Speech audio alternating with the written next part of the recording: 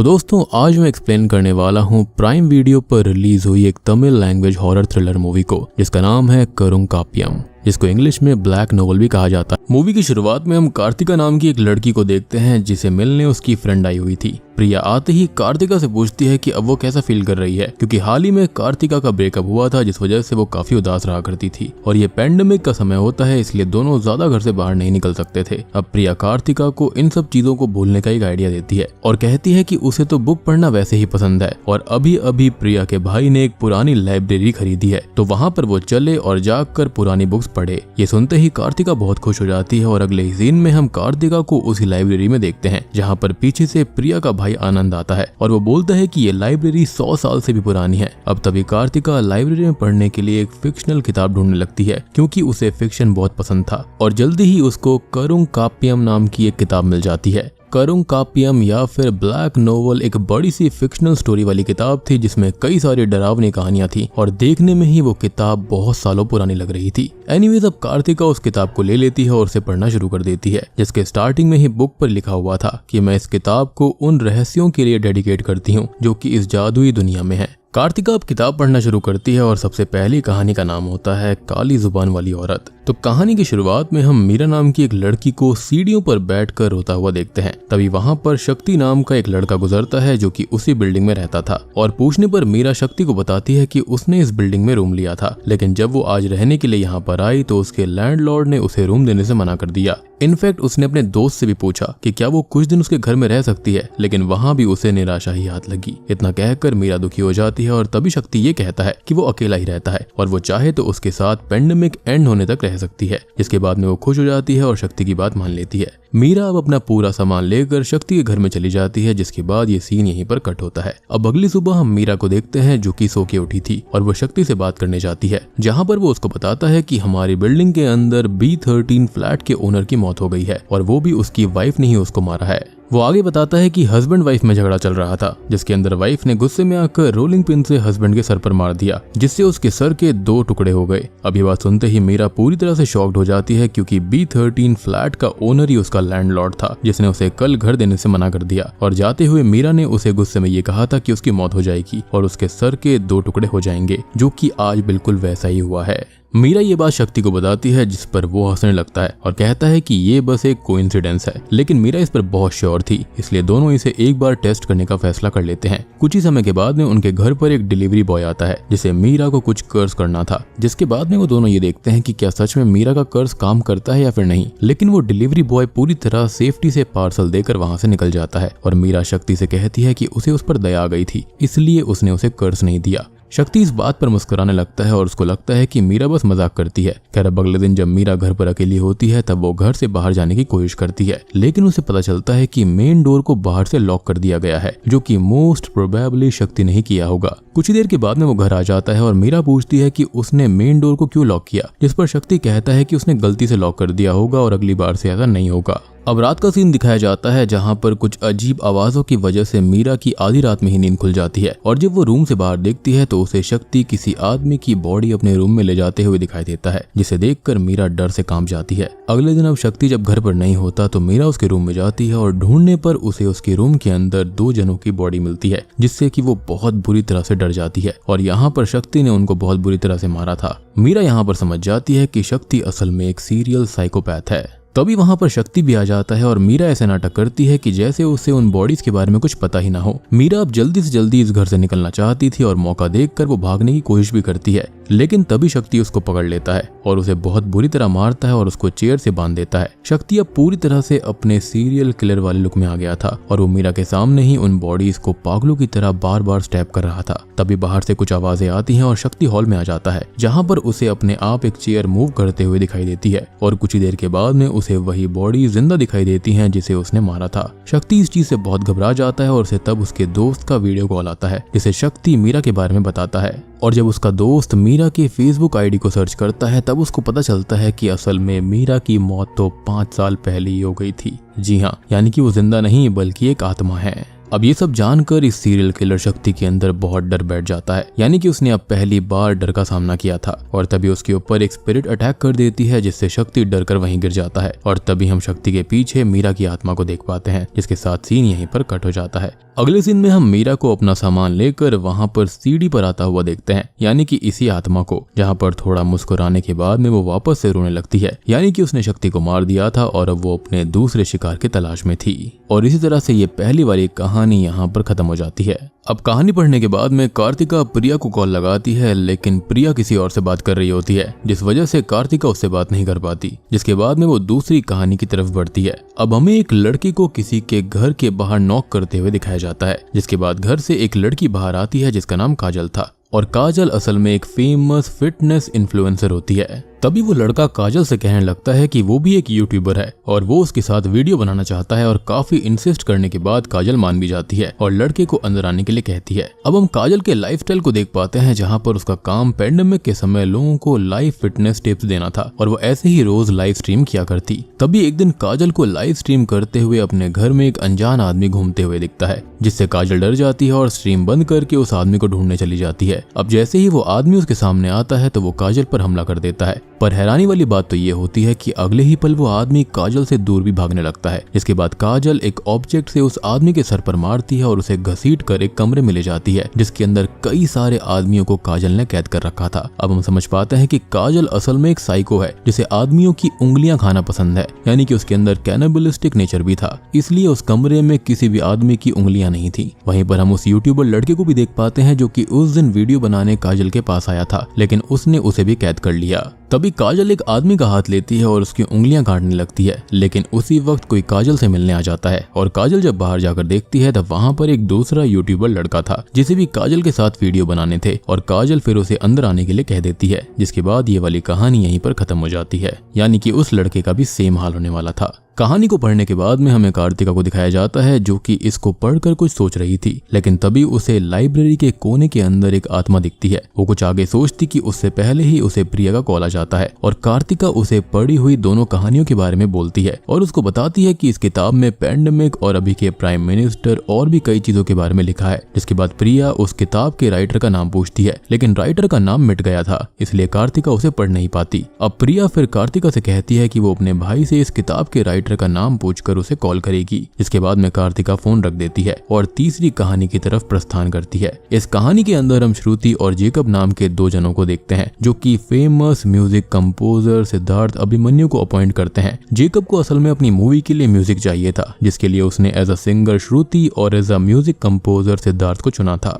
कुछ ही देर के बाद में सिद्धार्थ बाहर आता है और उन दोनों को अंदर लेकर जाता है, जिसके बाद श्रुति अपने गाने को रिकॉर्ड करने लगती है, लेकिन सिद्धार्थ को बीच बीच में ऐसा लग रहा था कि श्रुति उसे कुछ बुरा बोल रही है। इस चीज को सिद्धार्थ जेकब को कई बार बताता है और इस बात से श्रुति गुस्सा हो जाती है और स्टूडियो से जाने लगती है क्योंकि उसने ऐसा कुछ कहा ही नहीं था। लेकिन उसी वक्त स्टूडियो की लाइट चली जाती है और इनके घर को भी किसी ने बाहर से लॉक कर दिया था, जिस वजह से ये लोग बाहर नहीं जा सकते थे। सिद्धार्थ अब कुछ कैंडल्स लेकर आता है और उन्हें जलाने की कोशिश करता है, लेकिन बार बार कैंडल्स को एक आत्मा आकर बुझा दिया करती थी, जिससे सिद्धार्थ फ्रस्ट्रेट होकर वहां से जाने लगता है। अब कुछ देर के बाद में वहां पर एक औरत लैंप लेकर आती है और दोनों के बीच में बैठकर रोने लगती है, जिससे श्रुति को लगता है कि सिद्धार्थ ने इसे यहाँ पर कैद करके रखा होगा। तभी वहां पर सिद्धार्थ वापस आता है, जिसे श्रुति उस लेडी के बारे में पूछती है, लेकिन सिद्धार्थ ये कहता है कि उसे ऐसी किसी भी लेडी के बारे में कुछ नहीं पता और यहाँ तक कि वो लेडी भी वहां से गायब हो गई थी। अब इनके साथ यहाँ पर पैरानॉर्मल चीजें होना शुरू हो जाती हैं, जहाँ पर इन्हें एक बौना आदमी, एक पंजाबी, एक चाय वाला, एक किन्नर और उसी लेडी की आत्मा दिखती है, जिससे डरकर जेकब और श्रुति वहां से भाग जाते हैं। अब अगली रात का सीन दिखाया जाता है, जहाँ पर जेकब को उसके बॉस का कॉल आता है और वो उससे पूछता है कि क्या वो किसी दारू पीने वाले मरे हुए आदमी से म्यूजिक कंपोज करवा रहा है, जिसको सुनकर जेकब को कुछ भी समझ में नहीं आता और उसका बॉस उसे न्यूज देखने के लिए कहता है। वो जल्दी से न्यूज ओपन करता है और उसको पता चलता है कि असल में सिद्धार्थ अभिमन्यु की तो कुछ दिन पहले ही शराब पीकर कार चलाने की वजह से मौत हो चुकी है, जिसके चलते उसने 5 लोगों को भी कार से ठोककर मार दिया था और ये 5 लोग वही थे जिनकी आत्मा को जेकब ने स्टूडियो में देखा था।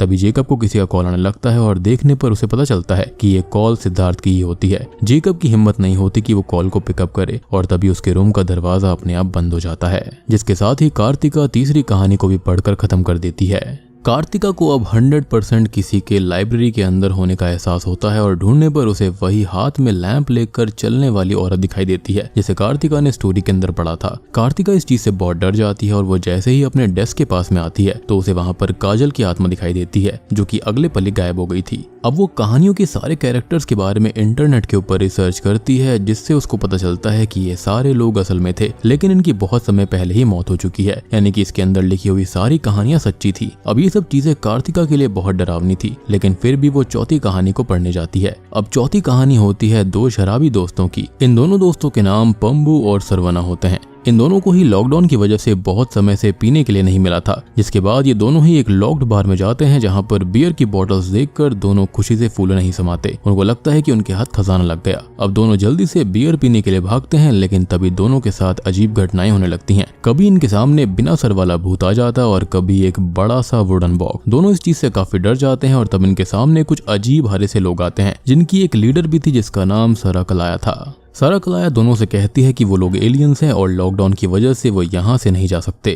वो कोविड-19 को इंसानों की गलती बताती है और कहती है कि उनकी ही वजह से वो लोग यहाँ पर फंसे हैं। साथ ही साथ में वो ये बोलती है कि उनकी रेस को अल्कोहल से एनर्जी मिलती है इसलिए वो लोग यहाँ पर हैं और इस वजह से उन दोनों को यहाँ पर अल्कोहल नहीं मिलेगा। अब वो दोनों अल्कोहल के लिए काफी रिक्वेस्ट करते हैं जिस पर सराकलाया उन्हें एक टेस्ट पास करने के लिए कहती है। वो उन दोनों को ही एनलाइटमेंट की पावर देती है जिससे कि वो जो भी मांगेंगे पूरा हो जाएगा। अब पहले सरवना विश करता है लेकिन उसने जो विश किया था वो नहीं आता। उसके बदले वहां पर एक वीणा आ जाती है। सरवना इस चीज से काफी हैरान हो जाता है और फिर उसको याद आता है कि उसकी बहन को उसने बचपन में वीणा गिफ्ट करने का वादा किया था जो कि उसने आज तक पूरा नहीं किया। तभी पंबू अब अपनी दादी को कॉल लगाता है जिसे उसकी फैमिली ने बहुत समय पहले ही ओल्ड एज होम में छोड़ दिया था। पंबू ने भी उनकी केयर नहीं करी थी। वो फिर अपनी दादी से माफी मांगता है और इसको देखकर सराकलाया भी इमोशनल हो जाती है। इस चीज से दोनों को अपनी गलती का एहसास होता है कि कैसे उन्होंने अपनी जिंदगी बर्बाद करी और अब सराकलाया दोनों से कहती है कि तुम दोनों इस टेस्ट में पास हो गए हो। लेकिन फिर भी सराकलाया उन दोनों को अल्कोहल नहीं देती और तभी वहां पर पुलिस ऑफिसर्स की गाड़ी की आवाज आती है जिसके बाद में सराकलाया अपने लोगों के साथ वहां से चली जाती है।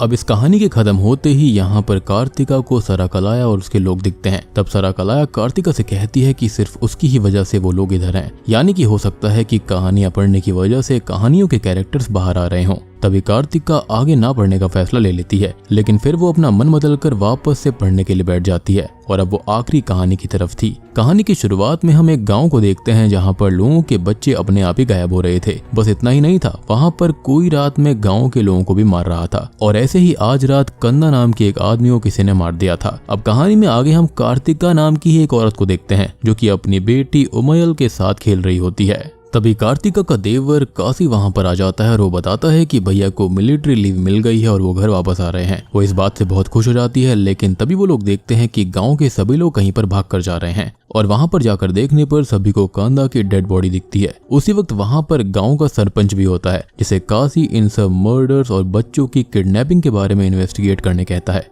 लेकिन सरपंच उल्टा उस पर ही गुस्सा हो जाता है और कहता है कि तुम अभी इतने बड़े नहीं हुए हो जो कि इन सब चीजों के बीच में बोलो। अब अगले सीन में कार्तिका को पूरे गांव को दावत देते हुए दिखाया जाता है जो कि अपने पति के आने की खुशी में ये पार्टी दे रही थी। तभी वहां पर सरपंच भी आ जाता है और दोनों में बातें होने लगती हैं। कार्तिका सरपंच से कहती है कि उसे भविष्य देखना आता है और उसने एक किताब के अंदर भविष्य में होने वाली घटनाओं के बारे में भी लिखा है। अब सरपंच इस चीज को सच नहीं मानता था इसलिए वो कार्तिका को इस गाँव के बारे में कुछ बताने के लिए कहता है। कार्तिका तभी आंखें बंद करके भविष्य देखने लगती है और उसे भविष्य में उसके साथ बुरा होते हुए दिखता है। इसलिए कार्तिका सरपंच को बताती है कि भविष्य में ये गांव कब्रिस्तान बनने वाला है। अब सरपंच इस चीज का मजाक उड़ा देता है और अपने बारे में कुछ बोलने के लिए कहता है जिस पर कार्तिका उसे मटकों से दूर रहने के लिए कहती है और अगले ही पल सरपंच के हाथों से 2 मटके गिरकर टूट जाते हैं जिससे कि सरपंच काफी हैरान हो जाता है कि ये बात सच कैसे हो गई। तब तक वहां पर उसकी बेटी उमयल आ जाती है और वो कहती है कि पापा आ गए, जिसको सुनकर कार्तिका खुशी से घर से बाहर जाने लगती है। लेकिन बाहर जाकर कार्तिका को बहुत बड़ा झटका लगता है क्योंकि असल में उसका पति जिंदा नहीं बल्कि उनकी बॉडी वहां पर आई थी जिनकी बॉर्डर पर आने से एक दिन पहले ही मौत हो गई। कार्तिका इस चीज से बहुत टूट जाती है और अकेले रहना शुरू कर देती है। अब ऐसे ही एक रात कार्तिका का नौकर पंडी सरपंच से कहता है कि उसने कार्तिका को चुड़ैल के जैसे एक बार देखा था और हो सकता है कि वही गाँव में हो रही सभी दिक्कतों की जड़ हो। सरपंच अब इस चीज के बारे बारे में सोचने लगता है और एक पंडित को बुलाकर उससे मदद मांगता है, जिसके बाद पूरे गांव में बात फैल जाती है कि कार्तिका श्रापित है और उससे उसका घर छीनकर उसे जबरदस्ती गांव से दूर झोपड़पट्टी में रहने के लिए भेज दिया जाता है। अब कार्तिका अपने परिवार के साथ वहीं रहने लगी थी, लेकिन वहां पर भी उसके साथ बहुत गलत होता है। एक दिन सरपंच आकर कार्तिका का जबरदस्ती फायदा उठाता है और एक दिन उसका देवर काशी भी ऐसा ही करने की कोशिश करता है, जिससे तंग आकर एक रात कार्तिका उमयल को लेकर एक कुएं के पास जाती है और दोनों की जिंदगी खत्म करने का फैसला कर लेती है। लेकिन तभी वहां पर काशी पूरे गांव वालों को लेकर आ जाता है और सबको ऐसा बताने लगता है कि ये उमयल को मारने की कोशिश कर रही थी, जिसके बाद सारे गांव वाले मिलकर कार्तिका को मारने लगते हैं। अब अगले दिन का सीन दिखाया जाता है जहाँ पर कार्तिका को मारते हुए गाँव वाले उसे एक पेड़ के पास ले जाते हैं और वहीं पर उसे पत्थर मार मार कर खत्म कर देते हैं और इस तरह से कार्तिका की जान चली जाती है। अब हम पांडी, काशी और पंडित को एक साथ बैठकर शराब पीते हुए देखते हैं, जहां पर हमको पता चलता है कि ये सब इन तीनों का ही बनाया हुआ प्लान था, जिसके अंदर कार्तिका को चुड़ैल साबित करके उसको मरवा कर उसकी प्रॉपर्टी तीनों हथियाना चाहते थे। अब तीनों कार्तिका के मरने की खुशी में एंजॉय कर रहे थे, पर तभी उनके पीछे से कार्तिका की आत्मा आती है जो कि उसी वक्त तीनों को खत्म कर देती है और इस तरह से ये आखिरी कहानी यहीं पर खत्म हो जाती है।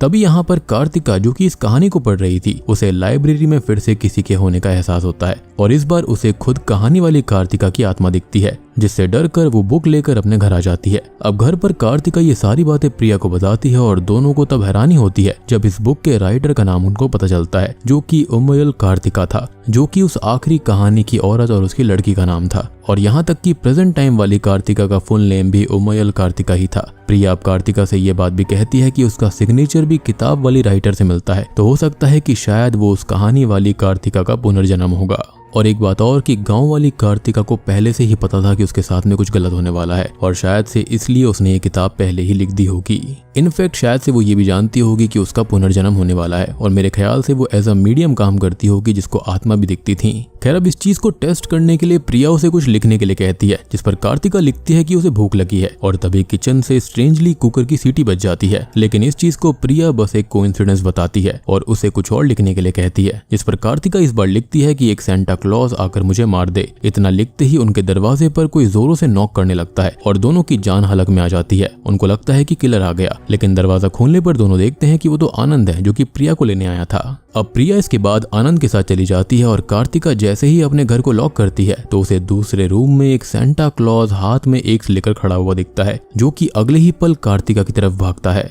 यानी कि ये कहानी बिल्कुल सच्ची थी और कार्तिका वही है, यानी कि 100 साल पुरानी वाली, जिसका पुनर्जन्म हुआ था और आज भी शायद से उसके साथ में कुछ गलती होने वाला था।